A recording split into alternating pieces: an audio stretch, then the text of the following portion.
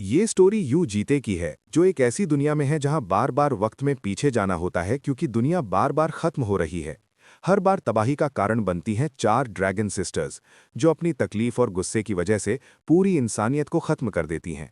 तो यहाँ से कहानी शुरू होती है, जहां हमारा हीरो, जिसका नाम है यू जीते, जो इस दुनिया को बचाने में 5 बार फेल हो चुका है और ये उसका 6th ट्राई है।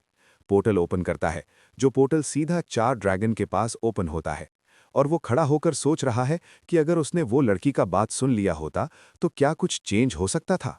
और वो ये सोच ही रहा था कि वो बड़ा रेड ड्रैगन उसके ऊपर आग से हमला कर देता है। पर यू जीते उस अटैक को देख लेता है और वो अपना हाथ में एक थंडर स्वॉर्ड निकालता है, जिसका नाम है फ्रॉमलेस स्वॉर्ड। और इतना तेजी से अटैक करता है कि उस रेड ड्रैगन को थोड़ा भी टाइम नहीं मिलता है और उस ड्रैगन का सर धड़ से अलग हो जाता है। फिर वो अपना स्वॉर्ड लेकर नीचे आता है, पूरे स्टाइल से, और बिजली की तेजी से उन बाकी बचे ड्रैगन के ऊपर भी हमला कर देता है और उन सबको बड़े ही आराम से छोटा छोटा टुकड़ा में काट देता है और एक टूटा हुआ बिल्डिंग के ऊपर आकर खड़ा हो जाता है। फिर वो ऊपर देखता है और सोचता है कि इन सब ड्रैगन को मार के कोई फायदा नहीं है, क्योंकि ये आते ही जा रहे हैं। तभी एक स्टेटस विंडो ओपन होता है, जहां लिखा होता है कि प्लैनेट अर्थ में अब तबाही की स्टेटस लग चुकी है और वो एक बार फिर से अर्थ को बचाने में फेल हो चुका है। इसलिए वो एक बार फिर से टाइम को पीछे करता है और वो उस टाइम से टेलीपोर्ट होकर उस टाइम में आ जाता है जब अर्थ में पहली बार कोई पोर्टल ओपन हुआ था। और वहां सब लोग उस पोर्टल को देख रहे हैं और कुछ लोग बोल रहे हैं कि ऐसा सीन तो मैंने मूवी में देखा है, और कुछ तो पुलिस को कॉल करने को बोल रहे हैं। पर हर जगह में कोई ऐसा होता है जो खुद को कूल देखने के लिए कुछ भी करता है, और वो है ये लड़का, जो अपनी गर्लफ्रेंड को बोलता है उसका एक पिक लेने इस पोर्टल के सामने। पर उसकी गर्लफ्रेंड बहुत डरी हुई है, और जैसे ही वो उस पोर्टल कर सामने खड़ा हो रहा पोज देता है, तभी उस पोर्टल से दो बड़े बड़े मॉन्स्टर निकलते हैं और उस लड़का का फोटो लेने का शौक को एक बार में ही खत्म कर देता है। और यहाँ उसकी गर्लफ्रेंड का हाथ से मोबाइल गिर जाता है वो सीन देखकर। और अब उस पोर्टल से बहुत सारे मॉन्स्टर एक साथ निकलने लगे हैं। यहाँ सारे लोग अपना अपना जान बचाकर भाग रहे हैं, पर वो लड़की वहां से हिल भी नहीं पा रही है। और अब दुनिया का हर एक जगह में वो गेट्स ओपन होने लगे हैं और कहीं से बहुत सारे वॉरियर और बहुत सारे मॉन्स्टर निकल रहे हैं, और ऐसा लग रहा है कि ये दुनिया अब इन मॉन्स्टर के अटैक से तबाह होने वाला है। पर ये क्या, तभी वो लड़की को दिखाया जाता है जिसके हाथ से कुछ पावर निकल रहा है, और उस पावर से उसने उन सारे मॉन्स्टर को अकेले ही मार दिया है। और लोग इसे इंसानियत का एक न्यू एरा बोल रहे हैं, जिसको वो लोग बुलाते हैं न्यू जेनेसिस। अब सीन शिफ्ट होता है एक फ्लोटिंग सिटी के ऊपर, जहां सब लोग बोल रहे हैं कि जगह जगह में न्यू हंटर फॉर्म हो रहे हैं। एक बनावटी दुनिया में, जिसे हीट लिंक कहते हैं, वहां इन सब हंटर्स को लाया गया और वहीं ये पले बढ़े, और उसी जगह से उन सब हंटर्स का शुरुआत होता है। अब दिखाया जाता है कि एक वर्ल्ड एकेडमी सिटी, जिसका नाम है लेयर, जहां हर कोनी से हंटर आते हैं पढ़ाई करने। यहाँ तक कि इस स्टोरी का हीरो यू जीते, जो अभी अभी 7 बार इस दुनिया को बचाने में नाकाम रहा है, वो भी यहाँ लेयर एकेडमी में आया है। अब एक जगह में जाकर एक बुरा आदमी, जिसके पास एक पावर है, वो एक बेचारी लड़की को पकड़ लेता है और सब लोग को धमकी दे रहा है, अगर तुम में से कोई भी पास आया तो इस लड़की को मैं जान से मार डालूंगा। पर यहाँ पुलिस वाले उस इंसान, जिसका नाम जो होशिक है, उससे कह रहे हैं कि अपनी एबिलिटी को खत्म करो और अभी के अभी सरेंडर कर दो। पर जो होशिक उन पुलिस वाले को बोलता है, तुम्हें क्या लगता है कि मैं तुम सब सुअरों का बात सुनूंगा? और बोलता है कि मेरा लाइफ वैसे ही बर्बाद हो चुका है, तो तुम सब हम दोनों को साथ में मर गए दो। पर तभी यू जीते जो होशिक के पीछे आ जाता है, जिससे वो बहुत डर जाता है। और यू जीते बोलता है, क्या तुम्हें सुनाई नहीं दे रहा है कि वो पुलिस वाले तुम्हें सरेंडर करने को कह रहे हैं? पर तभी जो होशिक पीछे घूमता है और सोचता है कि मैंने इसे सेंस तक नहीं किया, वो यहाँ कब आया, ये मादरचोद मेरे पीछे कब आ गया। फिर वो उस लड़की को धक्का दे देता है और यू जीते के ऊपर हमला करता है, पर यू जीते बड़े ही आराम से उस हमला से बच जाता है। और वो और गुस्सा होता है, पर उसका कोई भी अटैक यू जीते को छू तक नहीं पाता है। और यू जीते बोलता है, अब बहुत हुआ, बोलकर उसे एक रैक कर पंच देता है और बोलता है, मैं भी एक पुलिस ऑफिसर ही हूं। और वो आदमी दूर जाकर गिरता है और बाकी सब पुलिस वाले बोलते हैं, यू जीते अपना पावर को थोड़ा कंट्रोल करो। और यहाँ यू जीते बोलता है, सॉरी यार, मैं भूल गया था।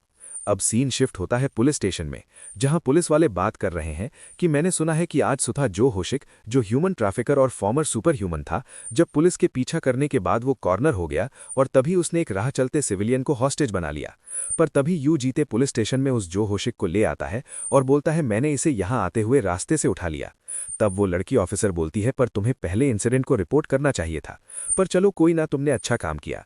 और यहाँ वो लेडी ऑफिसर सोच रही है कि मुझे ये इतना चेंज कैसी लग रहा है। क्या ये पहले भी इतना ही लंबा था और इतना हैंडसम था? तभी पीछे से एक और पुलिस वाला आता है और बोलता है, वाह क्या बात है यू जीते, मैंने सुना है कि तुमने आज जो होशिक को आज सुबह पकड़ा है, क्या वो यही है? और वो बोलता है, हाँ वो यही है। पर तभी वो पुलिस वाला बोलता है, तुम्हें नहीं लगता है कि तुमने इसे कुछ ज्यादा ही मारा है? पर यहाँ यू जीते सोच रहा है कि ये सारा फेस उसके लिए न्यू है, क्योंकि जब से वो बार बार टाइम में पीछे जाकर इस दुनिया को बचाने का ट्राई कर रहा है, उसे इतना भी टाइम नहीं मिला है कि वो अपने काम पर आए। तो ये उसका फर्स्ट टाइम है जब वो काम पर आया है, तो उसके लिए हर चीज़ न्यू जैसा है। और यहाँ वो पुलिस वाला यू जीते से पूछ रहा है, क्या तुमने वर्कआउट स्टार्ट किया है? पर यहाँ नीचे से वो लेडी पुलिस वाली बोल रही है, वहाँ खड़ा होकर क्या कर रहे हो, यहाँ आओ और मेरा मदद करो। पर तभी यू जीते लेडी ऑफिसर को बोलता है, तुम छोड़ो, मैं यहाँ से देख लूंगा। अब सीन शिफ्ट होता है जहाँ 4 छोटे ड्रैगन दिखाया जाता है और बताया जाता है कि यू जीते ने अपनी आम जिंदगी छोड़ दी और तबाही को रोकने के लिए वक्त में पीछे जाना शुरू कर दिया। और इस सब की वजह ये छोटे ड्रैगन्स थे, या फिर और साफ कहें तो उन बेबी ड्रैगन्स की मौत की वजह से। तब दिखाया जाता है अर्थ और वो ड्रैगन का दुनिया जिसे एस्केलीफा कहते हैं। तब बोला जाता है कि इस दुनिया में, जिसे एस्केलीफा कहते हैं, जब छोटे ड्रैगन से खास हद तक बड़े हो जाते हैं, एंटरटेनमेंट के लिए अर्थ पर आते हैं ताकि हैप्पी एक्सपीरियंसेस जमा कर सकें। इसी दौरान कुछ लोग जंग की वजह से पागल हो जाते हैं, अपना कंट्रोल खो देते हैं और मर जाते हैं। कुछ लोग नफरत के बोझ तले दब जाते हैं और अपना दिमागी संतुलन खो देते हैं, क्योंकि वो ये सब बर्दाश्त नहीं कर पाते। वहीं दूसरी तरफ कुछ लोग जिंदगी के दिए हुए मकसद को पूरा नहीं कर पाते और खुद अपनी जान ले लेते हैं। और जब भी ऐसा कुछ होता है तो सारे बड़े ड्रैगन्स अपने बच्चों की मौत के गुस्से में इंसानियत पर हमला करने आते हैं। इस तबाही को रोकने के लिए प्रोटैगनिस्ट यानी यू जीते ने अपनी आम जिंदगी छोड़ दी और बार बार वक्त में पीछे गया। इतनी बार रिपीट करने के बाद वो अपनी पावर की पीक पर पहुंच चुका है। फिर भी इतना ताकतवर होने के बाद भी वो अकेले पूरी दुनिया को बचाने के लिए काफ़ी नहीं था। और अब आते हैं प्रेजेंट में। इसलिए यू जीते ने इस बार वक्त को पीछे करने के बाद कुछ अलग करने का सोचा।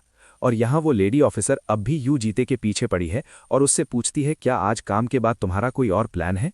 क्योंकि मुझे एक अच्छा सा रेस्टोरेंट के बारे में पता है जो यहाँ सामने ही खुला है, पर मेरे साथ चलने वाला कोई नहीं है। तब वो एक सेक्सी सा लुक दे के बोलती है कि अगर तुम्हारा आज का कोई प्लान नहीं है तो क्या तुम मेरे साथ डिनर में चलना चाहोगे? पर यू जीते सीधा मना कर देता है और बोलता है, मैं कहीं और जाने वाला हूँ। तब वो पूछती है कि कहाँ, और यू जीते अपना पॉकेट में हाथ डालकर स्टाइल में खड़ा होता है और बोलता है, मैं यूरोप जा रहा हूँ। अब सीन शिफ्ट होता है एक खूबसूरत सा जगह में जिसका नाम है इटली, फ्लोरेंस, जहां हर लोग बहुत खुश दिख रहे हैं और सब अपने अपने मज़े में हैं। तभी एक लड़की को दिखाया जाता है जो कुछ छोटे बच्चों के साथ खेल रही है, और वो छोटी बच्ची बहुत ही खुश लग रही है अपना वो हेयर बैंड को पहनने के बाद। फिर वो सारे बच्चे वहां से उस लड़की को बाय बोलकर चले जाते हैं, और तभी यू जीते उस लड़की के पीछे जाकर उससे बुलाता है, हेलो, और वो खूबसूरत से लड़की पीछे घूमकर यू जीते को देखती है। पर यू जीते उस लड़की को सीधा एकदम सीरियस होकर बोलता है कि तुम्हें मेरे साथ चलना होगा। और वो लड़की जैसे ही हेलो करती है तभी सिस्टम से एक नोटिफिकेशन आता है कि अब मैं आराम से फॉरेन लैंग्वेजेस समझ और बोल सकता हूँ। तब वो लड़की यू जिते से पूछती है, बोलो क्या बात है? यू जिते बोलता है, मुझे तुमसे एक काम है। तब वो लड़की यू जिते से पूछती है, इसका मतलब तुम मुझे जानते हो? और वो बोलता है, हाँ मैं जानता हूँ। तब वो लड़की से पूछता है, पर क्या तुम मुझे जानती हो? तब लड़की भी बोलती है, हाँ मैं जानती हूँ, तुम यू जिते हो। तब यू जिते थोड़ा सीरियस लुक देता है और पूछता है, तुम्हें मेरा नाम कैसे पता? तब वो लड़की बोलती है, अपना चेस्ट में देखो, वहां तुम्हारा नाम लिखा हुआ है, यू जिते। तब वो लड़की बोलती है, अरे मैं तो मजाक कर रही थी, असलियत में मुझे कोई भी आइडिया नहीं है कि तुम हो कौन और तुम्हें मुझसे क्या काम है। पर तभी वो लड़की यू जिते को सामने से अच्छा से देखती है और बोलती है, पर मुझे एक चीज़ ज़रूर मालूम है कि तुम बहुत ही स्ट्रांग हो और तुम सच में इस जगह के लिए सही नहीं हो। तो इसका मतलब कहीं ये तो नहीं कि तुम मुझे यहाँ पर मारने के लिए आए हो? और यू जिते बोलता है, नहीं। फिर वो बोलती है, तो क्या तुम मुझे किडनैप करने के लिए आए हो? तो यू जिते बोलता है, क्लोज इनफ। तब वो लड़की थोड़ा अजीब ही रिएक्ट करती है और बोलती है, क्या तुम उन रेयर लोगों में से हो जिन्हें ड्रैगन्स के लिए ऐसी फीलिंग होती है जैसे को सेक्सुअल डिज़ायर? और यहाँ यू जिते के दिमाग खराब हो रहा है और वो उस लड़की को बोलता है, क्या तुम ये सब फालतू बात करना बंद करोगी? और उस लड़की को देखता है और बोलता है, मैं यहाँ पर तुम्हें इस खतरनाक दुनिया से बचाने के लिए आया हूँ। अगर तुमने अभी वही नहीं किया जो मैं कह रहा हूँ तो मेरे पास सख्त रास्ता इस्तेमाल करने के अलावा कोई चारा नहीं बचेगा। तभी सीन शिफ्ट होता है 2 ड्रैगन के ऊपर और कहा जाता है कि ग्रीन ड्रैगन क्लैन की आंखें किस्मत का लिखा देख सकती हैं। इसलिए बाकी क्लैंस के मुकाबले तुम्हारे समझने की शक्ति बेहतर है और तुम हालात को ज्यादा जल्दी भाप लेते हो। अब सीन दोबारा उस ड्रैगन लड़की के ऊपर शिफ्ट होता है और बोलता है, और जैसे कि तुम भी उस ग्रीन ड्रैगन क्लैन से हो तो मुझे लगता है कि तुम सही डिसीजन लोगी। तब वो ड्रैगन लड़की थोड़ा स्माइल करती है और बोलती है, अगर मैं तुम्हारे साथ आराम से चलूं तो क्या तुम मुझे अच्छा से ट्रीट करोगे? और यूजिते बोलता है, हाँ मैं करूंगा। तब वो लड़की यूजिते के पास से क्रॉस करते हुए जाती है और बोलती है, ऐसे भी मेरे पास और कोई चॉइस नहीं है, पर तुम्हें मुझे एक चीज़ प्रॉमिस करना होगा कि तुम मुझे अच्छा से ट्रीट करोगे जैसे एक गेस्ट कोई किया जाता है। और पीछे घूम के थम्स अप देती है। फिर वो छोटा बच्चा वाला हरकत करती है और यूजिते को पिंकी प्रॉमिस करने बोलती है, और यूजिते वो देखता है और मान जाता है। फिर दोनों पिंकी प्रॉमिस कर लेते हैं। अब सीन शिफ्ट होता है और यूजिते अब अपना कंट्री वापस आ चुका है, और वो ड्रैगन लड़की अभी अभी नींद से उठकर यूजिते को छुप के देखने का सोच रही है और बोल रही है, मुझे लगता है कि वो अब तक उठ चुका होगा। पर तभी वो यूजिते को देखती है जो सोफा में बैठा हुआ है, और उसके सामने से एक शैडो फिगर लड़का है। और यूजिते उस शैडो को बोल रहा है, तुम जाओ, कुछ भी नहीं होगा, बस वो लोग जैसे बोलते हैं वैसा ही करो। तब हमें पता चलता है कि यूजिते अपने जैसे दिखने वाला एक शैडो को समन कर सकता है और उस शैडो को अपना 50% तक का पावर दे सकता है। और ये रहा उसका शैडो जो सेम टू सेम यूजिते जैसा देख रहा है और बोल रहा है, ठीक है, मैं आपके ऑर्डर को फॉलो करूंगा माय लॉर्ड। और बोलते हुए उस ड्रैगन लड़की के पास से चला जाता है, जिस लड़की का अब तक नाम बताया नहीं गया है। और वो लड़की उसे देखती है और बोलती है, ये तो बिल्कुल ही एग्जैक्ट कॉपी है यूजिते का।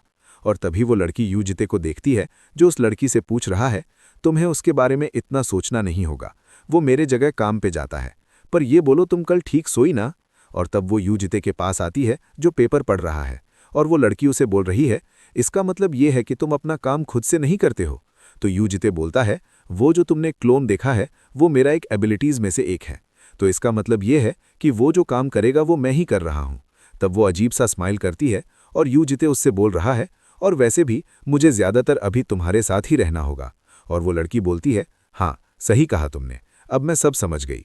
तब वो एक पिलो लेकर यूजिते के पास आकर बैठ जाती है और उसे पूछती है, तो चलो हम दोनों ब्रेकफास्ट कर लेते हैं। तो यूजिते उसे देखता है और बोलता है, क्या ब्रेकफास्ट? तब वो लड़की यूजिते को देखती है और बोलती है, हाँ हमें अब कुछ खा लेना चाहिए क्योंकि कल रात हम दोनों ने डिनर तक नहीं किया था। और यूजिते बोलता है, ना मैं ठीक हूँ, मुझे नहीं करना। तब वो लड़की अपना मन में सोचने लगती है कि मुझे अच्छा नहीं लगेगा इसके सामने अकेले खाने में। पर तभी वो यूजिते से पूछता है, क्या तुम एक दिन में 3 टाइम खाती हो, क्योंकि ड्रैगन बिगर खा के भी जिंदा रह सकते हैं? तब वो लड़की हल्का स्माइल करती है और यूजिते को बोलती है, बात सिर्फ जिंदा रहने का नहीं है, कुछ स्वादिष्ट खाना तुम्हें खुशी देता है ना, और तुम खुद को पहले से ज्यादा एनर्जाइज्ड महसूस करते हो। तब वो सोफा से उठते हुए बोलती है, नहीं ऐसा नहीं चलेगा, चलो मेरे साथ शॉपिंग करने। पर यहाँ यूजिते बोल रहा है कि नहीं, मैं ऐसा ही ठीक हूँ। तब वो यूजिते को क्यूट लुक देती है और बोलती है, चलो मेरे साथ, मैं तुम्हें ब्रेकफास्ट का पावर दिखाऊंगी। और वो दोनों वहां से निकलकर एक बड़ा सा मॉल में आते हैं जिसका नाम एस मार्ट है, जहां बहुत सारे लोग आए हुए हैं। पर उन सब के बीच में वो ड्रैगन लड़की एक सेलिब्रिटी जैसा देख रही है, इसलिए सब लोग उन दोनों को ही देख रहे हैं घूम घूम के। पर तभी कहीं से एक लड़का भागते हुए आता है एक पिक लेने के लिए, पर सही टाइम पे उस लड़का की गर्लफ्रेंड उसे उठाकर ले जाती है। और कुछ टाइम बाद दिखाया जाता है कि वो ड्रैगन लड़की ने कुछ ज्यादा ही शॉपिंग कर ली है। और यूजिते बोल रहा है कि तुम्हें नहीं लगता कि ये शॉपिंग एक ब्रेकफास्ट के लिए कुछ ज्यादा ही है? फिर वो ड्रैगन लड़की बोलती है, आज जब मैंने किचन में जाकर चेक किया था तो लगभग उस जगह में कोई भी सामान नहीं था कुकिंग के लिए।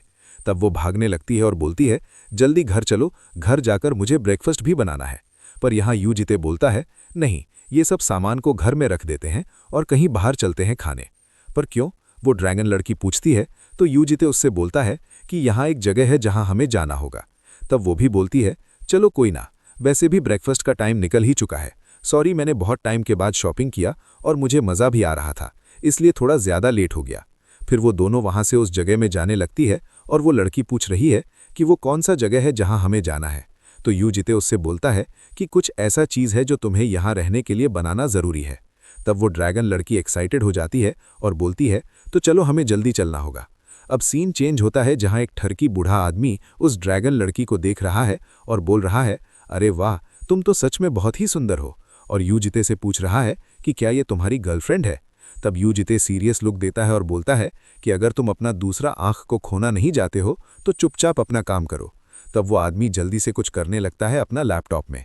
अब सीन कहीं और शिफ्ट होता है, जहां एक लड़की उस ड्रैगन लड़की को एक एनवेलप देती है और एक वॉच भी, जिसे वो ड्रैगन लड़की पहन लेती है, जिसमें अब एक स्टेटस विंडो जैसा ब्लू लाइट विंडो निकल रहा है। और अब इतना टाइम के बाद उस लड़की को खुद का एक आईडी कार्ड मिलता है और हमें उस ड्रैगन लड़की का नाम पता चलता है, जो है यू बॉम, जो शायद यू जिते नहीं रखा होगा। तब यू जिते उससे पूछता है, क्या तुम्हारे पास इससे पहले कभी भी आईडी कार्ड नहीं था? तब यू बॉम बोलती है, सिर्फ आईडी कार्ड नहीं, मेरे पास कभी भी खुद का बैंक अकाउंट तक नहीं था, और ना ही ये होलोग्राम वॉच। और यहाँ यू जिते सोच रहा है, तो ये इतना टाइम से अर्थ में रह कैसे रही थी? तब यू बॉम यू जिते को देखती है और बोलती है, ये सर्वमन जो है वो तुम्हारा नाम से लिया गया है, पर ये बोलो, ये बॉम तुमने क्या सोच के रखा है? तो वो उसे बोलता है, वो मैंने 4 सीजन में से एक सीजन के ऊपर तुम्हारा नाम रखा है, क्योंकि इस अर्थ में अभी टोटल 4 ड्रैगन हैं। और आप लोगों को बोल दूं, बॉम का मतलब स्प्रिंग होता है। और वो स्माइल करती है अपना आईडी कार्ड को हाथ में लेकर और बोलती है, यू बॉम, ये नाम मुझे अच्छा लगा। और वो अपना मन में सोचती हुए चलते जा रही है, स्प्रिंग वो मौसम है जब दुनिया में नए जीवन की शुरुआत होती है। कितना खूबसूरत नाम है ना? फिर वो थोड़ा रुकती है और यू जिते को बोलती है, सच बोलूं तो तुम थोड़ा डरावना दिखते हो, और मेरा आंख मुझे हर वक्त वॉर्न कर रहे हैं, और वो अब भी मुझे वॉर्न कर रहा है कि मुझे तुमसे खतरा है, पर तब भी मुझे ऐसा नहीं लगता कि तुम बुरे इंसान हो। तब यू जिते उससे पूछता है, क्या इतना श्योर हो गई हो तुम सिर्फ एक दिन में? वो बोलती है, मेरी परख किसी भी और से कहीं बेहतर है, क्योंकि मैं ग्रीन ड्रैगन क्लैन से हूं। फिर वो यू जिते को देख के स्माइल करती है और बोलती है, क्या मैं तुम्हें थोड़ी देर और देख सकती हूं? तब यू जिते सोचता है, एक ग्रीन ड्रैगन की मुस्कुराहट, जिसे उसने अपने पिछले किसी भी रिग्रेशंस में नहीं देखा था। और यू बॉम बोलती है, चलो आज डिनर मैं बनाऊंगी तुम्हारे लिए। तब वो आसमान की तरफ देखता है और सोचता है, चलो स्टार्टिंग तो पहले से अच्छा ही है। अब सीन किसी वेस्टलैंड में शिफ्ट होता है, जो है अफ्रीकन कॉन्टिनेंट में, और दिखाया जाता है एक रेड बाल वाली लड़की, जो शायद 4 ड्रैगन सिस्टर में से एक है, वो किसी टकले आदमी को मार रही है और बोल रही है, क्या हुआ, तुम में बस इतना ही दम था? और वो टकला बोलता है, तो पुत्ती, तुझे क्या लगता है कि मैं तुझे इतना आसानी से यहां से जाने दूंगा? और ये बोलती है वो रेड बाल वाली लड़की, उसका मुंह में एक लात मारती है और उसको जमीन में दबा देती है अपना पैर के नीचे, और मजाक करते हुए उस टकले आदमी को बोलती है, ऊप्स, तुम तो बहुत ही बदसूरत है, शायद मैंने तुम्हें कुछ ज्यादा ही जोर से मार दिया है, तुम मर तो नहीं गए ना, बोलो। फिर वो लड़की अपना मास्क को पकड़कर बोलती है, फ्यू, चलो इस टकले को मारकर मैंने 199 बार जीत हासिल कर ली है। फिर वो अपना मास्क को खोल देती है और बोलती है, तो बोलो अब नेक्स्ट ओपोनेंट कौन होगा मेरा? और साउथ अफ्रीका में शायद कोई बैटल चल रहा है, और साउथ अफ्रीका वाले बोल रहे हैं कि वो कोई भी टेररिस्ट से नेगोशिएट नहीं करेंगे। और दूसरी तरफ उस लाल बाल वाली लड़की के बारे में भी बात हो रहा है, जिसे सब लोग द मिस्टीरियस नाइट हंटर बोल रहे हैं, जो एक टीनेज लड़की है। अब कहानी दोबारा यू जीते के ऊपर शिफ्ट होता है, जो अपना कंप्यूटर में कुछ काम करते हुए सोच रहा है कि शायद अब उसका यहाँ से निकलने का टाइम हो गया है। पर तभी यू बॉम अंदर से यू जीते को बुलाती है और बोलती है, क्या तुम बिजी हो, क्योंकि डिनर रेडी हो गया है। और यू जीते बोलता है, ठीक है मैं आता हूँ। और वो जाके क्या देखता है, 2 मछली को देखकर उसने कुछ अजीब सा खाना बनाया है, और वो पूछ रही है, तो बोलो ये खाना तुम्हें कैसा लगा? और बोलती है, मैंने कुछ ऐसा ही डिश देखा था जब मैं यूनाइटेड किंगडम में थी, और मैंने सोचा कि अगर मैं उसे राइस के साथ मिलाकर बनाऊं तो अच्छा होगा, क्योंकि सारे कोरियंस को राइस पसंद होता है। पर यू जीते अब भी उस डिश को चम्मच में उठाकर सोच ही रहा है। फिर दोनों बैठ जाते हैं टेबल में खाने, और यू जीते उससे बोलता है कि कल वो जा रहा है रेड को लेने। ये वही है, वो रेड बालों वाली लड़की। पर तब यू बॉम बोलती है कि उसे यहाँ लाना आसान नहीं होगा, इसलिए तो मैं तुम्हें अपना साथ लेकर जाऊंगा यू बॉम, ताकि तुम उसे यहाँ आने के लिए कन्विंस कर सको। तब यू बॉम बोलती है कि मैं हेल्प कर देती, पर मुझे थोड़ा ऑकवर्ड लगेगा किसी डिफरेंट ड्रैगन हाउसेस से मिलने में। हाँ, तुम्हें ऑकवर्ड क्यों लगेगा? यू जीते पूछता है। तो वो बोलती है कि क्योंकि हम सब ड्रैगन को अलग अलग चीज़ें चाहिए होता है, जैसे मुझे अपना वक्त लेकर चीज़ें बनाना पसंद है, पर रेड ड्रैगन अलग होते हैं, उन्हें जंग और हिंसा पसंद है, और वो अपनी ताकत का दिखावा करने का कोई मौका नहीं छोड़ते। इसीलिए उसे ताकत से यहाँ लाना एक बड़ी गलती है। रेड ड्रैगन के लिए गुलामी मौत से भी बदतर है। तब यू जीते थोड़ा सोचता है और बोलता है कि पर अगर मैंने उसे यहाँ जल्द से जल्द नहीं लाया तो कुछ बहुत बुरा हो सकता है उसके साथ, क्योंकि कोई ऐसा है जो उसके पीछे पड़ा है। फिर हमें वो वॉरियर दिखाया जाता है, और अगर ऐसे ही चलता रहा तो बहुत ही जल्द वो रेड ड्रैगन मारी जाएगी। इसलिए मुझे लगता है कि अगर तुम मेरे साथ चलो तो हम लोग पीसफुली बात करके यहाँ आ सकते हैं। बोलो यू बॉम, क्या हुआ, क्या सोच रही हो? तब यू बॉम्ब बोलती है, बस ये देखना दिलचस्प है कि तुम इस तरह की किसी चीज़ के लिए मांग कर रहे हो।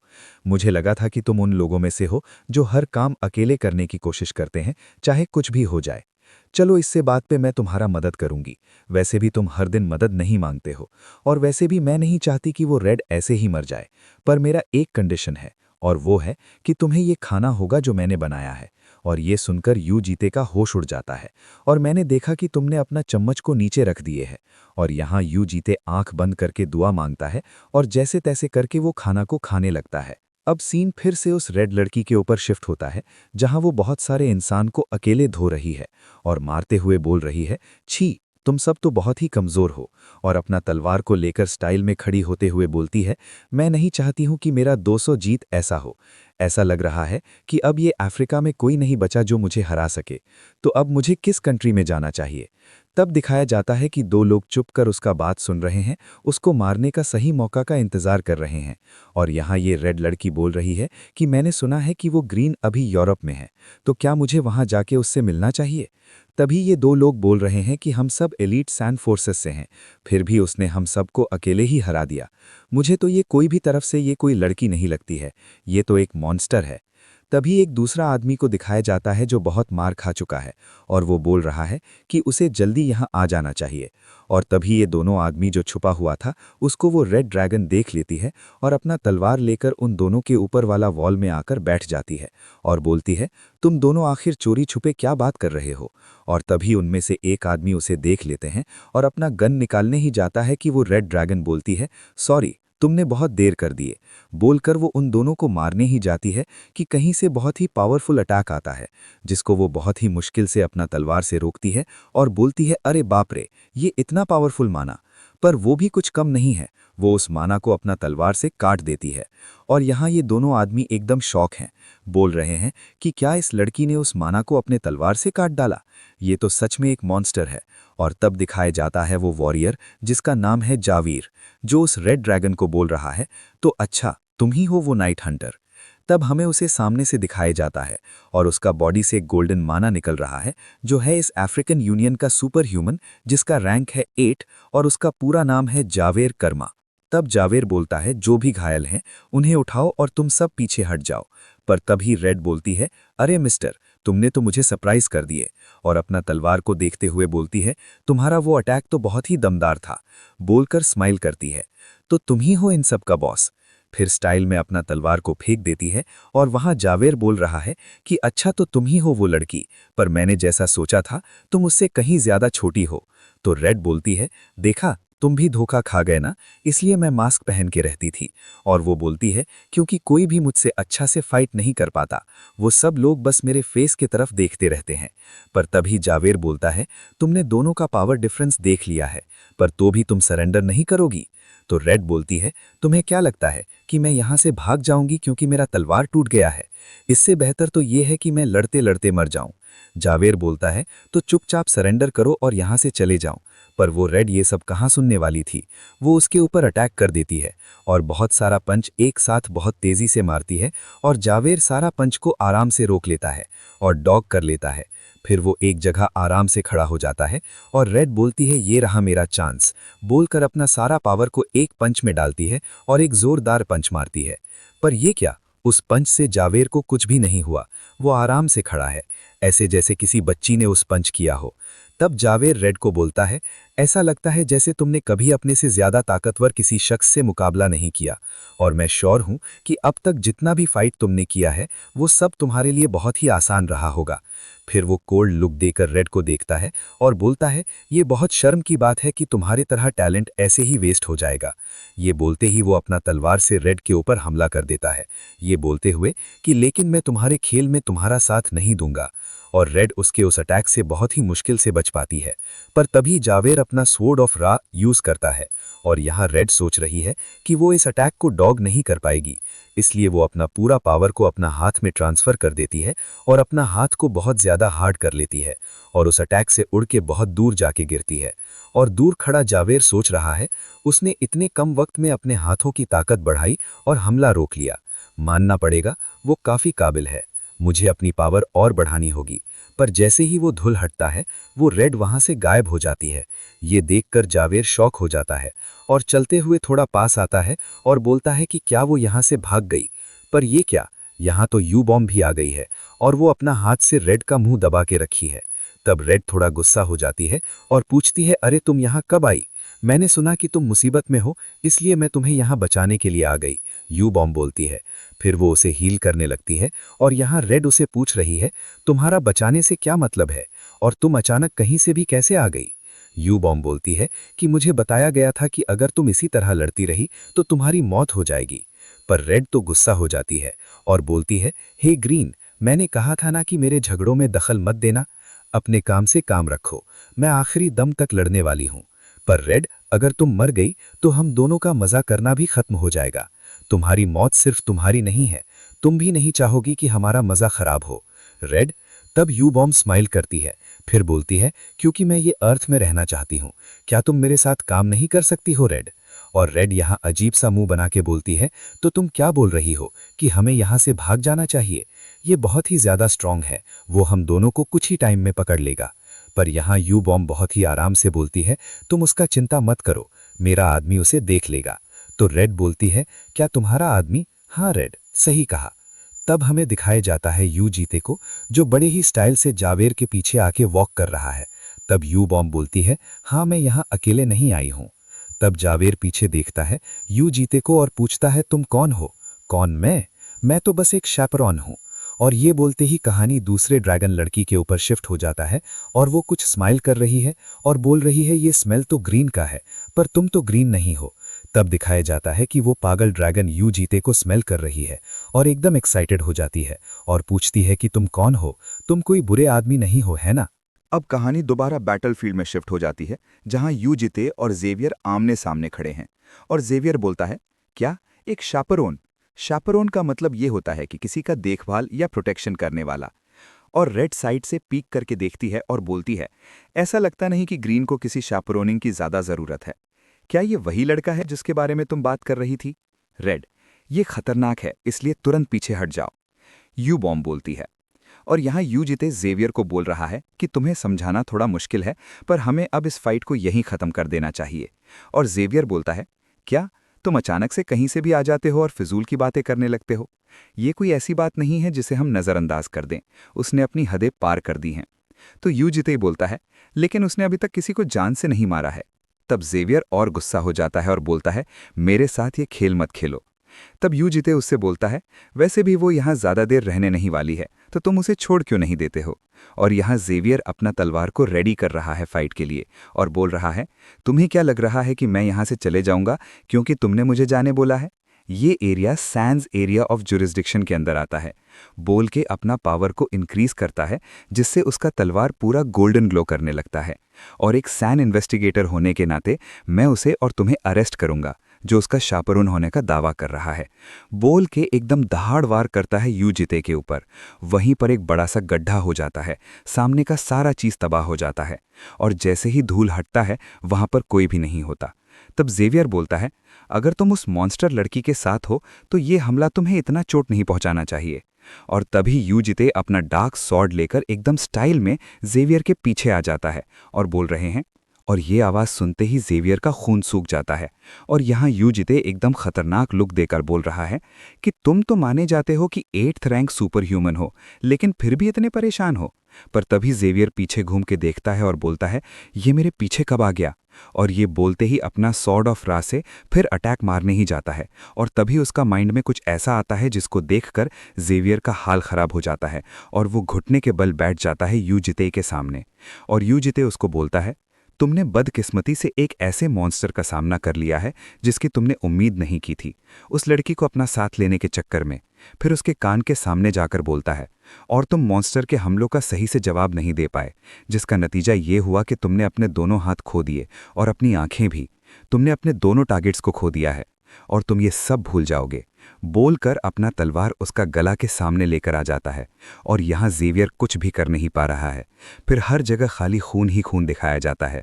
और फिर हमें बताया जाता है इस कंट्री सैन के अंदर ऐसे हीलिंग सुपर ह्यूमंस हैं जो खोए हुए लिम्स और आंखों को आसानी से ठीक कर सकते हैं, लेकिन जो डर अब उसके अंदर बैठ गया है वो कभी ठीक नहीं होगा।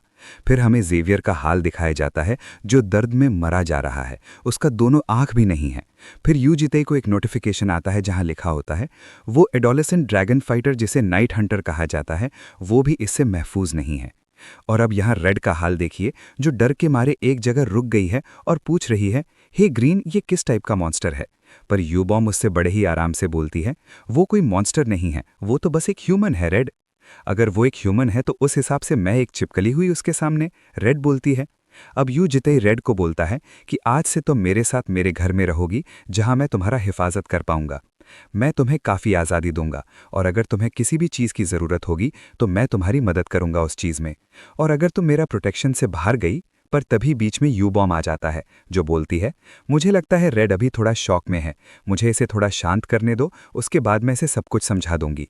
फिर यू जीते वहां से घूम के जाता हुआ रेड को बोलता है तो आज से तुम्हारा नाम है यू योरियम, इस नाम को याद कर लो, मैं तुम्हें बाद में सब समझा दूंगा। फिर वो एक जगह खड़ा होकर ऊपर देखता है और यू जिते किसी को रिपोर्ट कर रहा है कि यहाँ सब कुछ अंडर कंट्रोल है माय लॉर्ड। और अब हमें पता चलता है कि जो यू जिते यू बॉम्ब के साथ था वो रियल यू जिते का शैडो था और रियल यू जिते यहाँ अमेज़न रेन फॉरेस्ट में है गोल्डन के साथ। और वो अपना शैडो को बोलता है चलो तुमने अच्छा काम किया, मैं भी अपना काम खत्म करके वापस आ जाऊंगा। तब यू जिते सोचता है कि अच्छा हुआ कि मैंने यू बॉम्ब को अपना क्लोन के साथ भेजा, क्योंकि वो रेड को अकेले कन्विंस नहीं कर पाता। और यहाँ से गोल्डन नीचे बैठकर यू जिते से पूछ रही है कि तुम अभी किसके साथ बात कर रहे थे मिस्टर, क्योंकि तुम्हारा स्मार्ट वॉच तो यहाँ है, क्या तुम्हें खुद से बात करने में अच्छा लगता है। अब हमें दिखाया जाता है कि गोल्डन ड्रैगन को क्या करने में अच्छा लगता है, जैसे उसे लोगों का प्यार और अटेंशन पसंद है। पर यही वो लड़की है, ड्रैगन है, जिसने सबसे ज़्यादा तबाही मचाया था। बहुत से लोगों का प्यार शानदार तो होता है लेकिन उसके अपने नुकसान भी होते हैं। और यू जिते उसे देखता है और बोलता है शायद यही एक रीज़न है जिसके वजह से ये ऐसा एक जगह में है। पर यहाँ वो गोल्डन अपना होलोग्राम वॉच को देखकर खुश हो रही है और बोल रही है मिस्टर ये चीज़ तो बहुत कूल है, और डांस करते हुए बोलती है ये तो स्क्रीन को बाहर प्रोजेक्ट करता है और इसका इमेज क्वालिटी भी बहुत अच्छा है, मैंने ऐसा चीज़ पहले कभी नहीं देखा। पर तभी वो रुक जाती है और बोलती है ये बोलो कि आखिर तुम यहाँ क्या करने आया हो। तब यू जिते उससे बोलने लगता है अगर तुम यहाँ मज़े के लिए आई हो तो तुम्हें इंसानों के बीच होना चाहिए, यहाँ तो सिर्फ दरिंदे और कीड़े मकोड़े ही हैं। और गोल्डन शॉक होकर बोलती है हाँ, तुम्हें ये कैसे पता चला। फिर गोल्डन यहाँ वहाँ घूम के बोलती है अच्छा तो तुम्हें ये सब ग्रीन ने बोला होगा, क्योंकि मैंने ग्रीन को स्मेल किए है तुम्हारे बॉडी के ऊपर, तो इसका मतलब तुम ग्रीन को जानते हो। तब यू जिते थोड़ा सीरियस होकर बोलता है गोल्डन ड्रैगन क्या तुम्हें इंसानों से डर लगता है अभी। तो गोल्डन भी थोड़ा डर के बोलती है असली में बात ऐसा है मुझे उतना डर नहीं लगता था पहले उन लोगों के साथ रहने में, पर कुछ लोग हैं जो मुझे अजीब तरीका से देखते हैं और कुछ तो मुझे फॉलो भी करते हैं और मैं उन सब चीज़ से थोड़ा डर जाती हूँ। बोलकर यू जिते के पीछे आके बैठ जाती है। तब यू जिते उससे पूछता है क्या तुम्हें ब्रेड पसंद है। क्या ब्रेड, मैं एक ड्रैगन हूं तो मुझे कुछ भी खाने का ज़रूरत नहीं होता है। पर तभी यू जिते अपना मैजिक यूज़ करता है दी वॉइड्स शैलोएस्ट और उस जगह से बहुत सारा हाथ निकलता है, एक बैग जिसमें ब्रेड है। और ये देखकर गोल्डन शॉक हो जाती है, बोलती है वाह ये तो तुमने सच में ब्रेड लाकर दे दिए हैं और ये तो बहुत अच्छा स्मेल आ रहा है, क्या तुम ये सच में मुझे दे रहे हो। और ये क्या, तुम्हारे पास तो बहुत कुछ है खाने को, यहाँ तो डोनट्स हैं, ब्लूबेरी, एग टार्ट्स भी हैं। गोल्डन ड्रैगन मेरा बात सुनो, तुम यहाँ मत रहो, तुम मेरे साथ चलो, तुम्हारे दोस्त लोग भी मेरे साथ ही हैं, तुम वहाँ सेफ रहोगी और तुम्हें वहाँ एंटरटेन भी कर पाओगी। पर मेरी मम्मी ने कहा था किसी स्ट्रेंजर को फॉलो मत करना, गोल्डन बोलती है। तो यू जिते ही बोलता है मैं तुम्हें मेगारॉन खरीद के दूंगा। ये सुनकर गोल्डन पूरा शॉक हो जाती है। अब सीन शिफ्ट होता है यू जीटे का घर में, जहां योरम बालकनी में आकर बाहर देख रही है और सोच रही है कि यू जीटे ने कितना आसानी से जेवियर को हरा दिया। और यहाँ पीछे से यू बॉम्ब उसे देख रही है और उसको बुलाती है योरम तुम वहाँ क्या कर रही हो। पर जैसे ही उतना बोलती है यू जीटे अपना साथ गोल्डन को लेके आ जाता है और गोल्डन बोलते हुए आ रही है अच्छा तो तुम यहाँ रहते हो। हाँ और एक बात, तुम ये मत समझना कि मैं यहाँ सिर्फ ब्रेड के लिए आई हूँ। पर जैसे ही गोल्डन वो सब चीज़ खाती है उसका होश उड़ जाता है और बोलती है ये तो बहुत ही ज़्यादा टेस्टी है, मुझे तो ऐसा लग रहा है कि मैं जन्नत में आ गई हूँ। और सामने से यू बॉम्ब वो दोनों का वेलकम करती है। तुम्हें मिले बहुत टाइम हो गया गोल्डन। और गोल्डन भागते हुए जाके यू बॉम्ब को हक कर लेती है और यू बॉम्ब बोलती है तुम तो अब पहले से भी ज़्यादा खूबसूरत हो गई हो। तब गोल्डन बोलती है मैंने तुम्हें बहुत मिस किया। ये बोलो तुम यहाँ कितना टाइम से हो और क्या तुम यहाँ इस लड़का के साथ रहती हो? यू बॉम्ब बोलती है मुझे यहाँ कुछ ही दिन हुआ है और योरम भी यहाँ पर ही है, क्या तुम उससे हेलो बोलना चाहती हो? और दूसरी तरफ यू जीटे का शैडो आकर यू जीटे का वेलकम करता है। हाँ, मैं आ गया और तुमने अच्छा काम किया। अगर मुझे तुम्हारा ज़रूरत हुआ तो मैं तुम्हें बुला लूंगा, अभी तुम अपना काम में वापस जाओ। अब योरम बाहर से अंदर जैसे ही आती है यू जीटे को देखकर अजीब सा मुंह बनाती है, पर गोल्डन योरम बोलते हुए भाग के योरम के पास जाती है और उससे बहुत सारा सवाल एक साथ करने लगती है। और योरम उसका मुंह पकड़ लेती है और बोलती है तुम छोटी मुर्गी बोलकर गुस्सा हो जाती है और बोलती है तुम जब से यहाँ आई हो तब से बकबक करते जा रही हो, थोड़ा देर चुप नहीं रह सकती हो क्या? तब यू जीटे उन सबको एक जगह बैठा देता है और उनसे उनका उम्र पूछता है। जहाँ यू बॉम्ब का उम्र वो 20 बोलती है, गोल्डन अपना उम्र 10 बोलती है, पर योरम यहाँ कोई भी रिप्लाई नहीं देती है। तब वहाँ से यू बॉम्ब बोलती है कि योरम का उम्र 16 है और योरम का नज़र कहीं और ही जा रहा है। तभी गोल्डन बोलती है तुम्हें हमें बच्चे जैसा ट्रीट करना नहीं होगा क्योंकि हम ड्रैगन ह्यूमन से जल्दी बड़े हो जाते हैं। पर ये बोलो, मैंने सुना अभी कि तुम रेड को योरम कह के बुला रहे हो, क्या ये कोई फेक नेम है? तब यू बॉम्ब रिप्लाई देती है और बोलती है नहीं, ये उसका ही नाम है जो यू जीटे ने रखा है और मेरा नाम है यू बॉम्ब। तो गोल्डन बोलती है हमारा अभी तक एज रखने का सेरेमनीज नहीं आया है, पर तब भी तुम दोनों ने अपना नाम रख लिए हैं। पर वो नाम बहुत ही स्पेशल होना चाहिए था, ऐसा हो ही नहीं सकता है कि वो नाम इतना सिंपल हो। तो वो यू जीटे को देखती है और बोलती है उसका मतलब मेरा नाम ज़रूर गऊल होगा। तो यू जीटे बोलता है हाँ, तुम्हारा नाम है यू गऊल आज से, और वो गयूल है ना? तुम्हें पता था कि ये ब्लू का अंडा है? हाँ, ये एक पॉलीमॉर्फ है, सही ना? वो जल्द ही पैदा होने वाली है, इसलिए उसका ख्याल रखना। तब गयूल बोलती है वाओ, तुम हो हमारे बारे में बहुत कुछ जानते हो, तुम्हें हमारे बारे में इतना कुछ कैसा पता? तो यू जीटे सबको बोलता है मैं तुम सबको ये बात फिर से बोल रहा हो, तुम लोगों को बस मेरा ये एक रूल को फॉलो करना होगा। तुम लोगों को जितना एंजॉय करना है करो, पर इस जगह से बाहर मत जाना। तो गयूल बोलती है इसका क्या मतलब? तो यू जीटे बोलता है तुम्हारा एंटरटेनमेंट मेरा कंट्रोल और मेरी देखभाल में रहेगा। और दूसरी तरफ योरम बोल रही क्या तुम कोई जिद्दी या कंट्रोल करने वाले हो? और आप सब लोग ये 3 ड्रैगन का फेस देख सकते हैं कि ये सब बात सुन के कैसा हो गया है। तभी बॉम्ब सोफा से उठ जाती है और बोलती है मैं समझ गई, हम लोग यहाँ आसपास मज़ा कर सकते हैं, राइट? तो क्या तुम दोनों मेरे साथ चलना चाहोगी? हम सब लोग यहाँ रह रहे हैं तो हम लोगों को अपना आइडेंटिटीज़ और सप्लाईज़ का भी ज़रूरत होगा। और ये सुनकर गयूल खुश हो जाती है, पर योरम बोलती है क्या तुम्हें बाहर जाना है? तुम्हारे पास कोई पैसा ही नहीं है? पर तभी यू जीटे अपना क्रेडिट कार्ड बॉम्ब को देता है और बोलता है पैसा का चिंता मत करो, बस जाओ और मज़ा करो। पर हम लोग इसमें से कितना खर्चा कर सकते हैं? जितना चाहो उतना खर्चा करो, यू जीटे बोलता है। फिर वो तीनों लोग निकल जाती हैं शॉपिंग करने और यहाँ यू जीटे को खाली नोटिफिकेशन आ रहा है ट्रांजैक्शन का। वो सब लोग भर भर का सामान ले रही हैं और लास्ट तक उसका क्रेडिट कार्ड का लिमिट भी खत्म हो जाता है। फिर सब लोग घर आ जाते हैं और यू जीटे अपना हॉलोग्राम वॉच में कुछ देख रहा है और वो दोनों अपना सामान देख रही हैं जो उन लोगों ने लिया है। तो इन सब का ही बीच में बॉम्ब जाके यू जीटे को उसका कार्ड रिटर्न कर देती है और बोलती है सॉरी मिस्टर, हम लोगों ने कुछ ज़्यादा ही खर्च कर दिए हैं ना, और मैं तुम्हारे लिए भी कुछ लेना चाह रही थी जैसा कुछ कपड़ा, पर तब तक तुम्हारा कार्ड का लिमिट खत्म हो गया था। तो यू जीटे बोलता है चलो कोई बात नहीं। तो गयूल यू जीटे को अपना सारा कपड़ा दिखाने लगती है और बोलती है बोलो मिस्टर, ये सब कपड़ा कैसा है? मैंने बहुत सारा लिया है क्योंकि मुझे ये सब बहुत पसंद आया है और मैंने ये भी लिया है सेम तुम्हारे जैसा। तो योरम भी आती है और यू जीटे को बुलाकर अपना तलवार दिखाती है जो उसने लिया है। मैंने ये इसलिए लिया क्योंकि मेरा तलवार टूट गया था उस फाइट में। अरे वाह योरम, तुमने तो एक अच्छा चीज़ लिया है। तो योरम सोचती है अच्छा हुआ कि मैंने कोई फालतू चीज़ नहीं खरीदा। पर तभी पीछे से गयूल बोलती है रुको योरम, मैंने तुम्हारे लिए भी कुछ ड्रेस लिया है। पर योरम बोलती है नहीं, मुझे वो सब ड्रेस नहीं चाहिए। और यहाँ बॉम्ब और यू जीटे साथ में बैठ के है। योरम को अपने जज्बात जाहिर करना सही से नहीं आता, लेकिन वो शुक्रगुजार है। चलो ये जानकर सुकून मिला, यू जीटे बोलता है। पर बॉम्ब, क्या तुमने तुम्हारे लिए कुछ भी नहीं लिया? तो बॉम्ब बोलती है मैंने भी कुछ लिया है, वो देखो वो टेबल के ऊपर रखा हुआ है। फिर वहाँ से उठा के जाते हुए बोलती है मुझे पौधों का ख्याल रखना अच्छा लगता है। फिर उसको हाथ में लेती है और बोलती है बहुत जल्द इसमें फूल आएगा और वो पल तब यादगार बन जाएगा हमेशा के लिए। पर मैं एक बात लेकर थोड़ा परेशान हूँ। जैसे तुम्हें पता है कि हमें एंटरटेनमेंट खाना और पीना से सिर्फ नहीं मिलता, क्या तुम्हारे पास कोई ऐसा चीज़ है जिससे हमें इस अर्थ में फुल एक्सपीरियंस मिले तुम्हारी निगरानी के अंदर? तो यू बोलता है हाँ है एक चीज़, क्या तुम सब लोग स्कूल जाना चाहते हो? और इस स्कूल का नाम है लेयर एकेडमी सिटी और अब दिखाया जाता है कि वो तीनों इंटरव्यू दे के वापस घर आ गई हैं। तो बोम बोलती है, क्या वो घर पे नहीं है? और वहाँ पीछे गोल्डन तो पीछे ऐसा खड़ी है जैसे उसे किसी चीज़ का सदमा लगा है। तब वो दोनों को बोलती है, मैं सोच रही हूँ कि अगर तुम दोनों पास हो गई और मैं फेल हो गई तो क्या होगा, बोलकर रोने लगती है। तब मैं ही अकेले रह जाऊंगी जो लहर नहीं जा पाएगी। और तभी उसका पीछे यू जीते आ जाता है और वो बोल रही, मुझे लगता है कि मैं फेल हो जाऊंगी क्योंकि मैं एक पिग हूं। और यू जीते पूछता है, ये बोलो तुम सबका इंटरव्यूज कैसा रहा? ये सुनते ही गोल्डन उसके ऊपर जंप मार के हक कर लेती है और रोने लगती है और बोलती है कि मुझे लगता है कि मैं फेल हो जाऊंगी मिस्टर। तुम चिंता मत करो, तुम फेल नहीं होगी, यू जीते उसे बोलता है। तो यहां से बूम पूछती है, तुम कहाँ गए थे? कौन, मैं तो कुछ लेने गया था। और नीचे गोल्डन उसे स्मेल कर रही है और बोल रही, इसमें से तो बहुत अच्छा स्मेल आ रहा है और ये स्मेल तो शायद ब्रेड ये मैक्रॉन्स का है। बोलते हुए उसका मुंह में पानी आ जाता है। तो यू जीते उसे बोलता है, नहीं, ये कुछ ऐसा है जो तुम्हें उन दोनों से भी ज़्यादा अच्छा लगता है। तब हमें कुछ पहले का सीन दिखाया जाता है, जैसा एक शो जिसका नाम द टुनाइट डिनर है और उसमें गोल्डन आई हुई है एज अ चीफ गेस्ट और उसको सब बोलते हैं world famous pop star baby yellow. Hi everybody, कैसे हैं आप सब? क्या आप हमारे शो के बारे में जानती हैं मिस बी?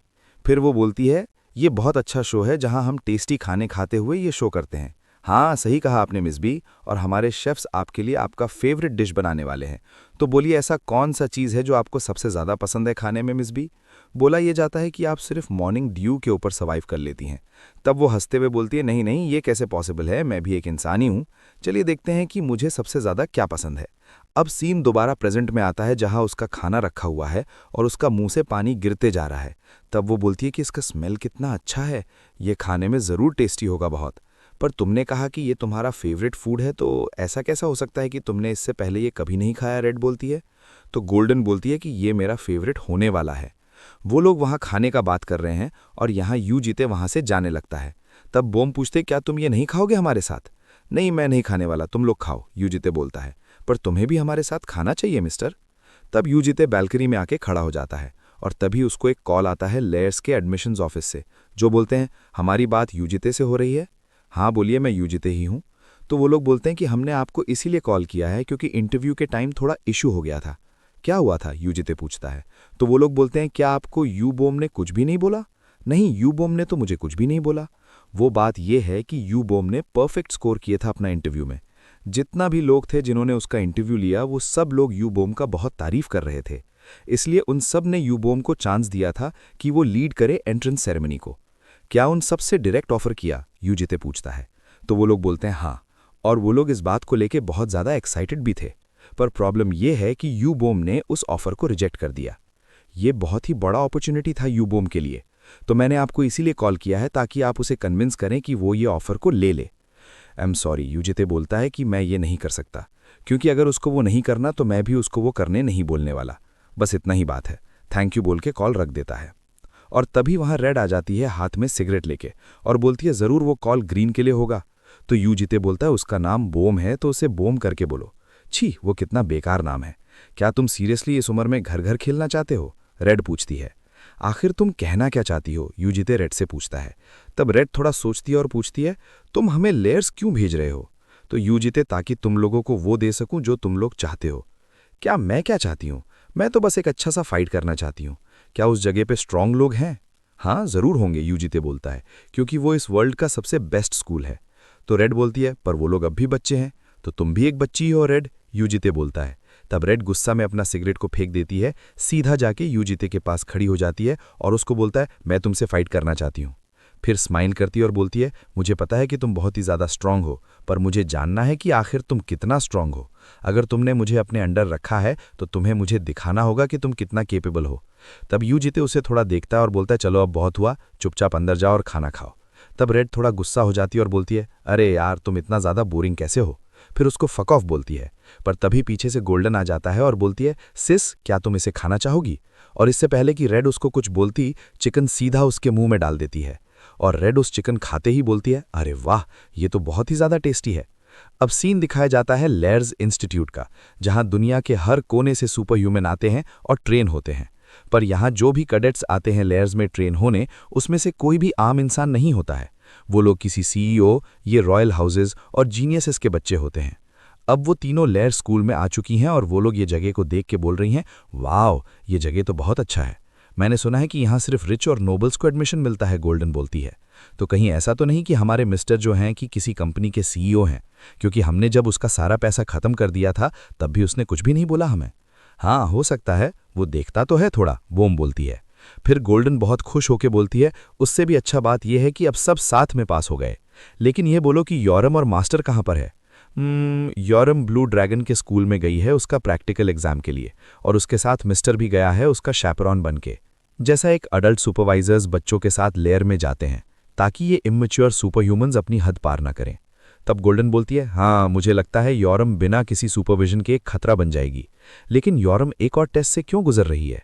ज़ाहिरा तौर पर यॉरम ने जिस चीज़ के लिए अप्लाई किया है उसमें कैडेट्स को आपस में मुकाबला करना ज़रूरी है, बोम बोलती है गोल्डन को। ओह, तो हमें भी चलना चाहिए ना उसका मुकाबला देखने। हाँ, मैंने बात किया था पर हमें अलाउड नहीं है, बोम बोलती है। वो दोनों अपने में बात कर ही रही थी कि बहुत सारे स्टूडेंट उसके सामने आ गए और बात करने लगे कि क्या ये दोनों इस साल के फ्रेशमैन हैं और ये लोग किस हाउस से हैं।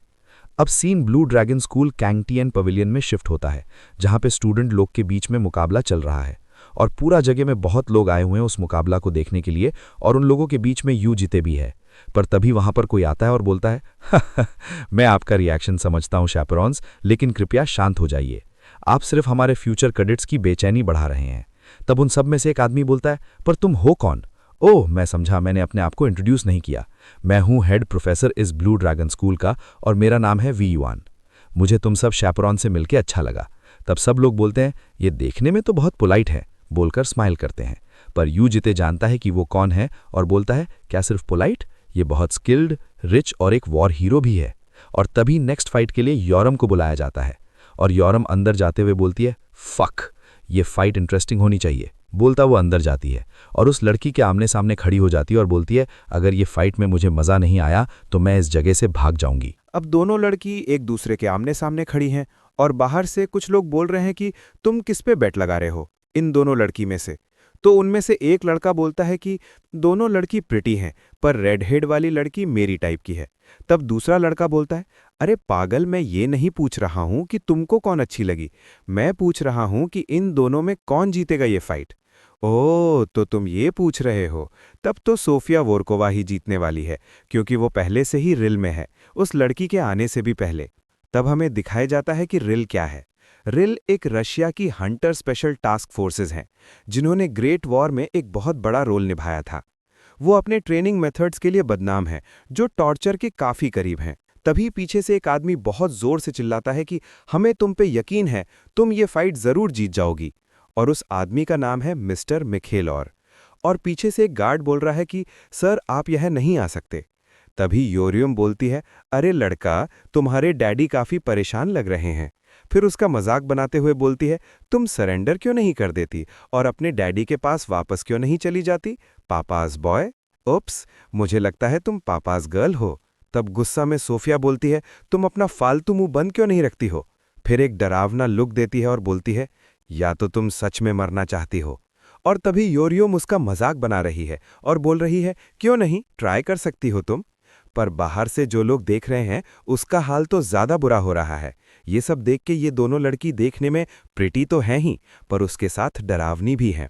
अब यू जिताए को दिखाया जाता है जो एकदम आराम से बैठा हुआ है। तभी अनाउंस होता है कि फाइटर रेडी हो जाएं और अपना अपना पोजीशन ले लें और फाइट स्टार्ट की जाए, बोल के बेल बजा देते हैं। और बेल बजने के साथ ही सोफिया एकदम से योरियम के सामने आ जाती है और उसका मुंह में पंच मारने ही वाली होती है कि योरियम पीछे हटके बहुत ही मुश्किल से उस पंच को ब्लॉक कर लेती है और स्माइल करते हुए बोलती है, वाह, तुम तो काफ़ी तेज़ हो। और ये बोलते ही अपना वुडन स्वॉर्ड से अटैक करती है और बोलती है, तो इससे बच के दिखाओ। पर सोफिया भी किसी से कम कहाँ है, वो भी नी होके उस अटैक से बच जाती है और उतना ही कम टाइम में योरियम के मुंह पे एक किक मारने ही वाली होती है, पर योरियम उस किक को भी ब्लॉक कर लेती है। पर सोफिया योरियम को एकदम भी टाइम ही नहीं दे रही है और अटैक करते ही जा रही है। इसी के लिए योरियम उससे थोड़ा दूर हट जाती है। फिर दोनों एक दूसरे को थोड़ा देर के लिए देखते हैं, पर इससे पहले कि योरियम कोई अटैक करे, सोफिया एक बार फिर से अपना स्पीड का फायदा उठा के योरियम के सामने आ जाती है। पर ये क्या, यूरियम तो सोफिया का सारा अटैक से बड़े ही आराम से बच जा रही है और स्माइल भी कर रही है, जैसे उसे बहुत ही मजा आ रहा है और वो सोफिया के साथ खेल रही है। तभी यूरियम नेट का सपोर्ट लेकर सीधा सोफिया के ऊपर अपना वुडन स्वॉर्ड से अटैक कर देती है, जिसको सोफिया बड़ी ही मुश्किल से ब्लॉक करती है। पर वो अटैक इतना पावरफुल था कि सोफिया के हाथ का बहुत सारा बोन एक साथ टूट गया और सोफिया ऐसा हाल में भी अपना पैर में खड़ी थी। पर अब यूरियम सीरियस हो गई है और इतना स्पीड में सोफिया के पीछे जाती है कि सोफिया को कुछ भी नहीं देखता है और उसके पीछे जाके यूरियम बोलती है, तुमने क्या सोचा कि तुम मुझे हरा सकती हो? मैं तो तब से तुम्हारे साथ खेल रही थी। पर केक बहुत ही जोरदार पंच करती है जो सीधा सोफिया को लगता है और सोफिया उड़ के बहुत दूर जाके गिरती है और अब सोफिया उठने के हाल में भी नहीं और यूरियम उसके सामने जाके अपना स्वॉर्ड को उसका मुंह के पास रखते हुए फिर से उसका मजाक बनाती है। तुम तो ऐसा दिखाती हो जैसे तुम बहुत ज्यादा स्ट्रांग हो, पर तुम तो बहुत ही ज्यादा कमजोर निकली। और ये सुनकर सोफिया पूरा शॉक हो जाती है और यूरियम जाते हुए बोलती है, elites from all over the world, my S, ये सब तो बस लूजर्स हैं। और अब स्टेज में भागते हुए मिस्टर मिखेल और आते हैं सोफिया के पास और यहाँ ये दो लड़का बोल रहे हैं, इस लड़की ने तो सोफिया को छोड़ के रख दिया। स्टार्टिंग में तो दोनों बराबर ही देख रहे थे और वो रेड हेड को देख के लगता है कि उसे तो कुछ भी नहीं हुआ है, जैसे वो तो बस सोफिया के साथ खेल रही थी। क्या वो रेड हेड बहुत ज्यादा स्ट्रांग है? नहीं, मुझे लगता है कि सोफिया ही बहुत ज्यादा कमजोर है। सब लोग यही बात कर रहे हैं और यहाँ सोफिया का हाल बहुत ही बुरा है, इसलिए उसको जल्द से जल्द हील किया जा रहा है और सोफिया ये हाल में सबका बात सुन रही है। सब लोग उसका मजाक उड़ा रहे हैं और तब वो नर्स बोलती है, मैंने इसे अभी के लिए फर्स्ट एड कर दिया है, ये कुछ टाइम में ठीक हो जाएगी, पर उसका हाथ फ्रैक्चर्ड हो गया है। तो मिस्टर मिखेल और उस नर्स को थैंक्स करता है सोफिया को हील करने के लिए। पर अब सोफिया बहुत ही ज्यादा गुस्सा हो जाती है और बोलती है, ये फाइट अभी खत्म नहीं हुआ है। तब मिस्टर मिखेलर बोलता है, तुमने अपना बेस्ट दिया सोफिया, और मुझे ये बताने में बुरा लग रहा है, पर तुम अभी तो उस चाइल्ड को हरा नहीं सकती। और ये सब सुनकर सोफिया का हाल बुरा हो जाता है। तब मिस्टर मिखेलर बोलता है, पर मैं तुमसे डिसअपॉइंटेड नहीं हूं और तुम्हारा लक अच्छा था कि तुमने उस लड़की से फाइट किया, क्योंकि हार इंसान को और ज्यादा मजबूत बनाती है। मैं इसकी रिपोर्ट खुद बड़े अफसरों को दूंगा। तो इतना ही बोल रहा था कि तभी वो नर्स बोलती है, सर आपकी बेटी, वो देखिए।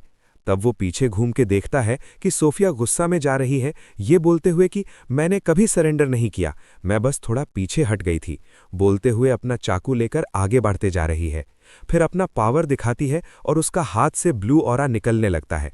तब ये रेयम उसको पीछे घूम के देखती है और सोफिया उसको बोलती है, तुम कहाँ जा रही हो, ये फाइट अभी खत्म नहीं हुआ है। बोलते ही लाइटनिंग के स्पीड से उस चाकू से सीधा यूरियम के पेट में वार कर देती है और इस अटैक के लिए यूरियम एकदम रेडी नहीं थी। और ये सबको होते हुए यू जिताए दूर से देख रहा है। यहाँ यूरियम बहुत मुश्किल से उस अटैक से बचने का ट्राई करती है, पर सोफिया अब यूरियम का जान लेना चाह रही है।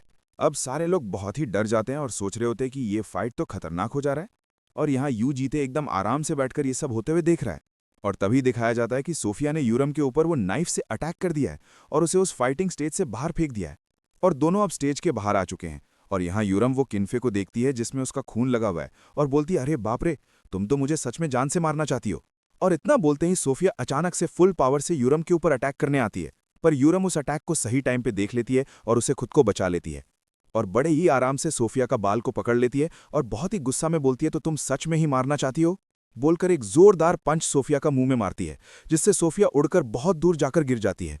अब आप सब लोग सोफिया का हाल देख सकते हैं, पर ऐसा हाल होने के बाद भी यूरम गुस्सा में वो नाइफ को अपना हाथ में लेते हुए आगे आती है, ये बोलते हुए कि ये फाइट अभी भी खत्म नहीं हुआ है, मैं भी तुम्हें वैसा ही मारूंगी जैसे तुमने मुझे मारा था, और एकदम गुस्सा में आगे जा रही है। पर तभी कहीं से सोफिया का गार्डियन मिस्टर मिखाइलोव आ जाता है और यूरम का हाथ को पकड़ लेता है, ये बोलते हुए कि अब बहुत हुआ, तुमने उसे बहुत मारा है, तो अब ये फाइट को यहां ही खत्म करो। पर यूरम बहुत ही गुस्सा में बोलती है, मेरा हाथ छोड़ो। पर तभी वहां वो YEN आ जाता है और वो सारे मेज को बोलता है कि क्रॉस स्पेस को ओपन करो और ये इंटरव्यू अभी के लिए होल्ड में किया जाएगा। तभी दिखाया जाता है कि सारे मेज एक बैरियर बना रहे हैं पूरा फाइटिंग स्टेज में, ताकि कोई बाहर से अंदर ना आ पाए। तभी वो नाइफ यूरम के हाथ से नीचे गिर जाता है और यूरम बोलती है, सिर्फ मुझे ही इतना कुछ क्यों बोला जा रहा है, जबकि मुझे मारने का ट्राई उसने किया था। पर इस बार मिस्टर मिखाइलोव बोलता है, तो क्या इस बात पर तुम सोफिया का जान ले लोगी? ये सुनकर यूरम और भी गुस्सा हो जाता है और बोलती है, तो तुम क्या चाहते हो, मैं कुछ ना करूं और उसे खुद को मरने दूं? मिस्टर मिखाइलोव बोलता है, तुम उससे बहुत ज्यादा पावरफुल हो। तुम चाहती तो इस फाइट को बहुत ही पहले आराम से खत्म कर सकती थी, किसी को भी घायल किए बिना। पर यूरम और भी गुस्सा होकर बोलती है, क्या बेकार का बात कर रहे हो? मुझे कुछ बोलने से पहले तुम्हें जाकर खुद की बेटी को समझाना चाहिए। तभी पीछे से YEN आता है और बोलता है, सब शांत हो जाओ। अगर ऐसा ही चलता रहा तो ये फाइट और भी बड़ी हो सकती है। और हाँ, कैंडिडेट यूरम मेरा लोग गए हैं तुम्हारे गार्डियन को बुलाने। यहाँ तब तक के लिए तुम थोड़ा अपना ट्रीटमेंट कर लो जल्दी से। पर यूरम उसे भी नहीं छोड़ती है और बोलती है, तुम चुपचाप से वहां खड़े रहो, मेरा दिमाग मत खराब करो। मैं समझ सकता हूं यूरम कि तुम्हें अभी कैसा लग रहा होगा, पर तभी वो कुछ ऐसा बोलता है जो सुनकर शॉक हो जाती है। वो बोलता है कि अगर ये ऐसा ही चलता रहा तो मैं तुम्हें बचा नहीं पाऊंगा, और ये भी हो सकता है कि तुम्हारे वजह से तुम्हारा पूरा फैमिली मुसीबत में आ जाए। तब वो यूरम के पास आकर हल्का से बोलता है, तुम्हारा फैमिली जिसका नाम यू फैमिली है, सही कहा ना मैंने? क्योंकि मैं दावे के साथ बोल सकता हूं कि उस फैमिली में सिर्फ तुम ही नहीं और भी लोग हैं जो इसी जगह में हैं। और अगर तुम्हारे कारण तुम्हारे फ्रेंड्स को इस झगड़े के बीच लाया गया तो तुम्हें अच्छा नहीं लगेगा, सही कहा ना? तो जब तक तुम्हारा गार्डियन यहां आ ना जाए तब तक तुमको किसी को भी देखने का जरूरत नहीं है, समझी? पर तभी बड़े ही स्टाइल से यू जीते अंदर आते हुए बोलता है, मैं यहां हूं तो तुम एक बच्ची से बात करना बंद करो और मुझसे बोलो क्या कहना चाहते हो। और यू जीते को इतना आराम से उस क्रॉस स्पेस से अंदर आते हुए देखकर उसका हाल बुरा हो गया था। अब सीन शिफ्ट होता है उस YEN के घर ऑफिस पे, जहां वो उन दोनों को ताइवान का फेमस टी पिला रहा है ताकि वो दोनों आराम से इस मामला को सॉल्व कर ले। तब वो मन में सोचता है कि इसका नाम यू जीते है, जो यू फैमिली से आता है, और जितने आसानी से उसने उस क्रॉस स्पेस से चलते हुए अंदर आया है उससे पता चलता है कि ये एक हाई रैंक अवेकनर होगा। पर मैंने कभी भी इस फैमिली के बारे में सुना नहीं है। मुझे लगता है कि मुझे थोड़ा अच्छा से इस फैमिली के बारे में पता लगाना होगा। अब तीनों साथ में बैठे हैं और YEN बोलता है, मुझे तो कुछ समझ ही नहीं आ रहा है कि मैं आखिर कहाँ से शुरुआत करूं। तो मैं पहले तुम दोनों गार्डियन से माफी चाहता हूं जो भी आज हुआ उसके लिए। पर अच्छा खबर यह है कि दोनों में से किसी को भी ज्यादा चोट नहीं आई है, और दिखाया जाता है सोफिया को जो हॉस्पिटल में है। पर फिर यह बोला जाता है कि यूरम, मैं ऑलरेडी हॉस्पिटल से निकल चुकी हूं। तो आप दोनों क्या कहते हैं कि हमें इस बात को और भी बड़ा बनाना चाहिए कि इसे यहीं खत्म कर दें? क्योंकि हम सब एक ही एकेडमी में हैं, तो हम एक दूसरे को आते जाते देखते ही रहेंगे। इसलिए इस बात को यहीं खत्म करते हैं। अगर तुम दोनों इस बात से अग्री हो तो बोलो। पर तभी मिस्टर मिखाइलोव बोलता है, तो क्योंकि फाइट मेरी तरफ से स्टार्ट हुआ था तो मैं पहले माफी मांगता हूं। मैं सोफिया का गार्डियन मिखाइलोव। सोफिया अभी बच्ची है और थोड़ी इमेच्योर भी है, इसी की वजह से उसने अपना आपा खो दिया और ये सब कर दिया, और इसके लिए मैं तुमसे माफी चाहता हूं। पर यू जीते बोलता है, तो क्या मैं एक दूसरे गार्डियन से सॉरी एक्सेप्ट नहीं करूंगा? तब मिस्टर मिखाइलोव गुस्सा हो जाता है, क्या कहा तुमने? मैंने बोला कि किसी और की गलती का माफी कोई और मांगे उसका कोई भी मतलब नहीं बनता है, यू जीते बोलता है। तब मिस्टर मिखाइलोव बोलता है, तुम खुद को बहुत टफ समझ रहे हो क्योंकि तुम्हें ये नहीं पता है कि मैं कौन हूं, और तुम्हें ये भी नहीं पता है कि मैं किसके लिए काम करता हूं। तो हम दोनों बराबर नहीं हैं। ये बोलते हुए एकदम यू जीते के सामने खड़ा हो जाता है। पर यू जीते एकदम आराम से बैठ के रहता है और बोलता है, तो क्या तुम ऐसे माफी मांगते हो किसी से? तब मिस्टर मिखाइलोव बोलता है, तो तुम क्या चाहते हो कि मैं एक इंजर्ड लड़की को यहां लेके आऊं तुमसे माफी मांगने के लिए? अगर तुम ऐसा ही चाहते हो तो हाँ, तुम उस लड़की को यहां लेके आओ, यू जीते बोलता है। तब YEN उन दोनों को थोड़ा शांत करने का ट्राई करता है, पर तभी यू जीते बोलता है, मैं यहां उस लड़की के लिए नहीं आया हूं, मैं यहां ये पूछने आया हूं कि तुमने उस लड़की को क्यों नहीं रोका जिसने तुम्हारे पास से उस बड़े से स्वॉर्ड को निकालकर हमला किया। तो मिस्टर मिखाइलोव गुस्सा में बोलता है, वो सब कुछ इतना जल्दी हुआ कि मुझे वहां पर कुछ भी करने का मौका नहीं मिला। तब यू जीते बोलता है, ये बहुत ही फालतू एक्सक्यूज है। क्या तुम्हें शर्म नहीं आता खुद का गलती को छुपाने के लिए एक बच्ची का सहारा ले रहे हो?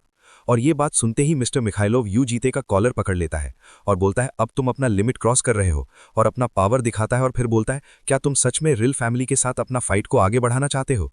एक इतना छोटा सा कंट्री में तुम एक ऐसा फैमिली से हो जिसको कोई जानता तक नहीं है। और इतना बोलते ही यू जीते बड़े ही आराम से उसका लेग पाउच से वो नाइफ निकाल लेता है, और इस चीज से मिस्टर मिखाइलोव बहुत ही शॉक हो जाता है और यू जीते से थोड़ा दूर हट जाता है। तब यू जीते बोलता है, ये ग्रेट स्वॉर्ड तो बहुत ही शार्प है, एक गलती और तुम्हारा काम तमाम। पर तुमने ये कब लिया मेरे पास से? मिस्टर मिखाइलोव पूछता है। तब यू जीते बोलता है, तुम्हारा वो शीट बहुत ही लूज है। अब मुझे पता चला कि उस लड़की ने इसे इतने आराम से कैसे निकाल लिया था, तुम्हें कुछ भी पता चले बिना। पर तभी यू जीते अपना वही डार्क मूव यूज करता है और मिस्टर मिखाइलोव को नाम लेके बुलाता है और उसे पीछे जाकर उसका शोल्डर में हाथ रख के बोलता है, तुम सिर्फ अपना काम से काम रखो, मेरे रास्ते में मत आओ। उसका शोल्डर से हाथ हटा देता है और ये बोलते हुए चले जाता है कि हमारा बात यहीं खत्म होता है। पर मिस्टर मिखाइलोव अब भी पूरा सदमा में है और उसको कुछ भी समझ नहीं आ रहा है कि अभी उसके साथ हुआ क्या है, और उसका ऐसा हाल देखकर YEN को भी कुछ समझ नहीं आ रहा है कि वो ऐसे ही चुप कैसे हो गया। फिर यू जीते डोर से बाहर आता है जहां उसका इंतजार यूरम कर रही होती है, और वो उसे देख के पूछता है कि तुम ठीक तो हो ना? हाँ मैं ठीक हूँ, वो तो बस एक छोटा सा स्क्रैच था, और तुम्हें तो पहले से ही पता है हम रेड क्लान वाले के टफ होते हैं। तब वो यू जीते से पूछता है, क्या तुम्हें भी इसमें मेरा ही गलती दिखता है? क्योंकि मुझे ऐसा लग रहा है कि ये सब में मेरा ही गलती थी, उस टाइम पे मैं बहुत ही ज्यादा गुस्सा में आ गई थी। शायद मुझे उस टाइम ठंडे दिमाग से काम लेना चाहिए था, एक अडल्ट की तरह। पर तभी यू जीते उसे बोलता है, नहीं, तुमने जो कुछ भी किया ठीक किया, और नेक्स्ट टाइम उसे ऐसा जगह लेके जाके मारना जहां तुम्हें कोई भी देख ना पाए। और ये सब सुन के यूरम बहुत ही खुश हो जाती है। फिर वो दोनों वहां से साथ में निकल जाता है। और जाते हुए यूरम बोलती है यू जीते को कि अब तुमने ही मुझे ऐसा करने बोला है, बाद में रिग्रेट मत करना। हाँ हाँ, मैं समझ गया यूरम, मैं नहीं करूंगा।